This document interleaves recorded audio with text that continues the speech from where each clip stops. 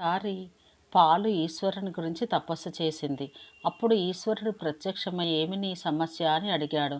అప్పుడు పాలు, ఈశ్వర, నేను ఆవు నుంచి బర్రె నుంచి వచ్చినప్పుడు శుద్ధంగా పరిశుద్ధంగా ఉంటాను.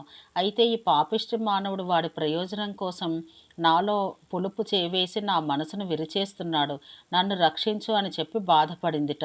అప్పుడు ఈశ్వరుడు ఓ చిరునవ్వు నవ్వి, ఓ క్షీరమా, ఇది విను. నీవు పాలులా జీవించాలి అని ఆశపడే ముందు నా మాట విను. నీవు పాలులాగా అయితే ఒకరోజు మాత్రమే బతుకుతావు. పాలకు పెరుగు తోడు వేస్తే 2 రోజులు బతుకుతావు. పెరుగును చిలికి చల్లని చేస్తే పుల్ల పుల్లగా ఇంకో 2 రోజులు ఉంటావు. అదే చల్లలోంచి వచ్చిన వెన్న అయితే వారం రోజులు బతుకుతావు. ఆ వెన్నను బాగా కాచి దాంట్లో 2 తమలపాకులు వేసి నెయ్యి చేస్తే మంచి ఘుమఘుమలతో నెలల తరబడి బతుకుతావు.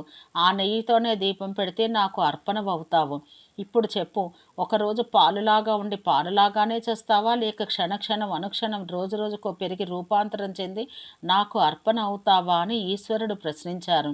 దేవుని మాటకు పాలు మూగబోయింది. ఈశ్వరునికి దాసోహమైంది.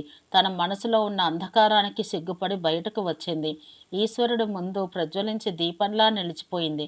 మానవుడు కూడా అలాగే ఎవరో తమ మనసును విరిచేశారని మనసును పాడు చేసుకుని బాధపడే కంటే క్షీరం వలె మనసులో ఆధ్యాత్మికత అనే తోడు వేసి ప్రతి పరిస్థితులలోనూ ఆ ఆధ్యాత్మికతను ఈశ్వర నామస్మరణతో చిలికి దాన్ని దైవచింతనంతో కాచి దానిలోంచి వచ్చిన జ్ఞానంతో ఎప్పుడు ఎప్పుడా అని ఆ ఈశ్వరునిలో ఏకమవ్వడానికి ఎదురు చూస్తూ జన్మను సార్థకం చేసుకోవాలి.